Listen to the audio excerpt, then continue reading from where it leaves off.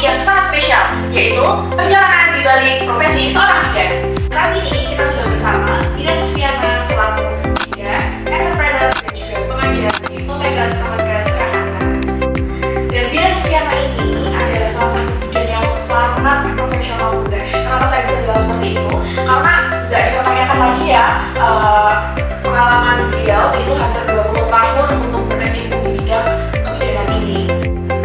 Langsung saja kita sambut narasumber kita pada hari ini. Halo Bidan Lutfiana, selamat pagi. Halo Mbak Yaman, halo Bunda semuanya. Selamat bertemu dengan Bunda semuanya.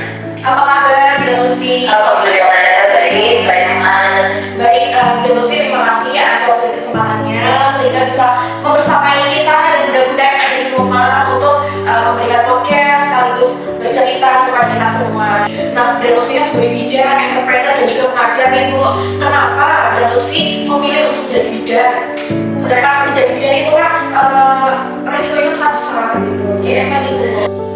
Itu pertanyaannya berat banget ya dijawab ya. Jadi terkait dengan memilih profesi ya, dia tampilnya profesi, apa sih kan memilih profesi bidan? Jadi sebenarnya bukan saya yang memilih profesi ini Mbak Yaman. Jadi menurut saya profesi ini ya dia memilih saya. Jadi memang mungkin dari sejak kecil gitu ya, pas saya mau mendengar suara tangisan seorang bayi itu pokoknya udah diketahui di dalam hati saya dan berkata bahwa ini kayaknya tempat kamu gitu ya. Dan menurut saya menjadi seorang bidan itu bukan hanya sekedar pilihan profesi, karena menjadi bidan itu ada panggilan jiwa ya. Dan saya sangat meyakini ya bahwa ketika profesi itu adalah sebuah panggilan jiwa, itu pasti Allah akan bantu menolong gitu ya. Ketika dari belakang itu pasti bantuan itu pasti selalu datang.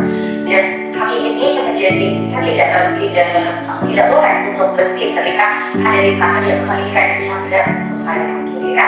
Dan saya selalu berpegang teguh pada satu prinsip ya, melayani dengan sepenuh hati Pak ya, yang sampai detik ini menjadi moto di klinik ini ya, yaitu melayani dengan sepenuh hati. Karena dari kami, dari saya sendiri menjadi seorang bidan itu bukan sekedar alat hidup, tetapi bagaimana kita bisa memberikan pelayanan dengan profesional, memberikan pelayanan dengan sepenuh hati, dengan keikhlasan ya. Karena seorang ibu bersalin itu bukan hanya untuk dari tangan-tangan terakhir, tetapi mereka itu butuh untuk diberikan kenyamanan, keamanan, keselamatan itu pasti. Sehingga semakin banyak ibu yang merasa ketika kita dan ini merasa aman, nyaman dan tenang, dan yang terakhir itu selamat, itu pasti memberikan kebahagiaan tersendiri. Itu bayangan.